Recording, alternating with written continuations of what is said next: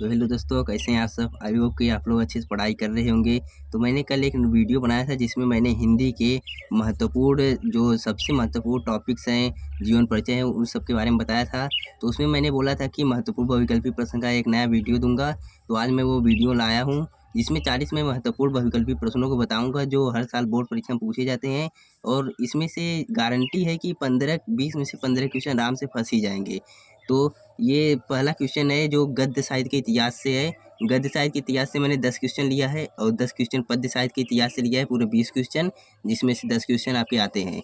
तो ये तो पहला क्वेश्चन है, शुक्ल युग की कालावधि है। तो इसमें ऑप्शन है 1850 से 1900 तक, ख है 1900 से 1920 तक, ग है 1919 से 1938 तक और घ है 1938 से 1947 तक। तो इसमें करेक्ट आंसर वो ग वाला है, 1919 से 1938। ट्रिक भी है कि ये 19 जोड़ देंगे तो 38 हो जाता है, इसलिए 1919 से 1938 तक। और दूसरा क्वेश्चन है, ध्रुव स्वामी नाटक के लेखक हैं। तो ध्रुव स्वामी नाटक के लेखक आपके जयशंकर प्रसाद जी हैं, क्योंकि आप दूसरे पार्ट में ममता नामक पार्ट में पढ़ते भी हैं। तो ध्रुव स्वामी अपना ये जयशंकर प्रसाद के लेखक हैं ये। उसके बाद गोदान किस युग का उपन्यास है? तो गोदान लिखा किसने है? मुंशी प्रेमचंद। और मुंशी प्रेमचंद किस युग के कवि हैं? शुक्ल युग। तो ये हो जाएगा आंसर शुक्ल युग, क्योंकि गोदान के लेखक भी मुंशी प्रेमचंद ही है। चौथा है, कृति कंकाल के लेखक हैं। तो कृति कंकाल के लेखक जयशंकर प्रसाद जी हैं, ये हम पढ़ते ही हैं। और पांचवा है, रस मीमांसा के लेखक। तो रस मीमांसा भाई आचार्य राम शुक्ल पहला ही पाठ है, इसमें लेखक याद करते हैं, रचना हमेशा पूछा भी जाता है। तो रस मीमांसा के लेखक कौन है? आचार्य रामचंद्र शुक्ल। और छठवां है, चिंतामणि की रचयिता। तो चिंतामणि के रचयिता आचार्य रामचंद्र शुक्ल जी हैं। और सातवां क्वेश्चन है, हंस पत्रिका के संपादक कौन है? तो हंस पत्रिका के संपादक मुंशी प्रेमचंद में है, जिन्हें किया है। तो कलम के सिपाही के लेखक हैं। तो कलम सिपाही अमृत राय हैं, गुलाब राय हैं, कि मुंशी इंसाला खां या वैद्यनाथ मिश्र। तो इसका करेक्ट आंसर है अमृत राय। और उसके बाद फिर 9वां क्वेश्चन है, लहरों के राजहंस के लेखक कौन है? तो लहरों के राजहंस के लेखक जो है मोहन राकेश है, मोस्ट इंपॉर्टेंट है, इसे आप जरूर पढ़ना, ये हमेशा आएगा। और 10वां है, सूरज का सातवां घोड़ा हिंदी साहित्य की कौन सी विधा है? तो सूरज का सातवां घोड़ा है, उपन्यास विधा की रचना है। और 11वां क्वेश्चन, अब 11वां क्वेश्चन से ये है, पद्य में 10, गद्य का 10 क्वेश्चन हो गया और पद्य का 10 क्वेश्चन हम बताने जा रहे हैं। तो इसमें 11वां क्वेश्चन है, निम्न रीतिकाल की कालावधि क्या है? तो रीतिकाल की कालावधि है 1343 से 1643 ईस्वी तक। तो ये 1300, ये गलत है, थोड़ा गलती हो गई, 1643 से 1843 का करेक्ट आंसर होगा। तो नेक्स्ट क्वेश्चन 12वां है, जो है छत्रसाल दशक के रचनाकार कौन है? तो छत्रसाल दशक के रचनाकार भूषण जी हैं। और 13वां क्वेश्चन है, बिहारी किस युग के कवि थे? बिहारी जो है वो रीतिकाल के कवि थे। और चौथा है, 14वां है, साकेत महाकाव्य के रचनाकार कौन है? तो साकेत महाकाव्य जो है मैथिली शरणगुप्त जी ने किया है। और 15वां क्वेश्चन है, निम्न में से छायावादी युग के कवि कौन है? तो छायावादी युग के कवि जो है ये सुमित्रानंद पंत जी हैं।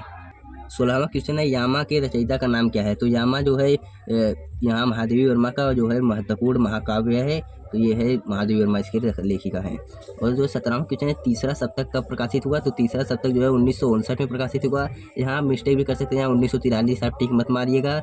ये द्वितीय सप्तक जब प्रकाशित हुआ तो वो 1943 ईस्वी में प्रकाशित हुआ था। और 18वां जो है, महादेवी वर्मा कवयित्री हैं। तो महादेवी वर्मा जो है छायावादी युग के कवि हैं। और 19 जो, क्योंकि इन्हें आधुनिक काल की मीरा कहा जाए तो आधुनिक काल छायावादी युग में ही आता है, तो इसीलिए इन्हें छायावादी युग के कवि कहा जाता है। और 19 में है, निम्न में से प्रगतिवादी युग का कवि कौन नहीं है?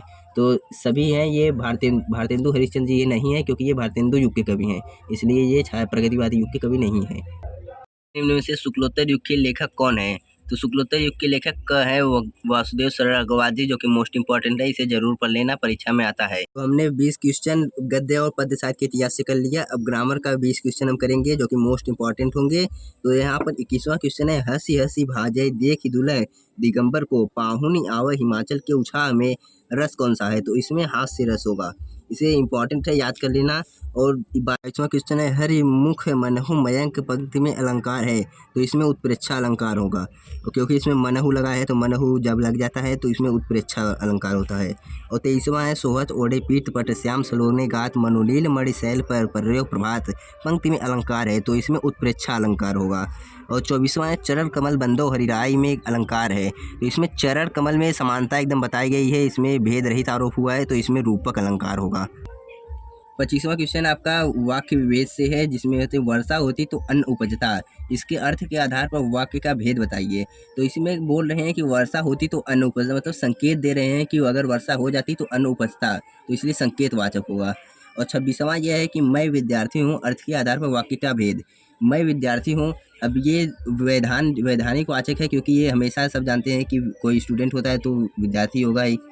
और 27वां क्वेश्चन है, पर उपसर्ग लगाकर सही शब्द है।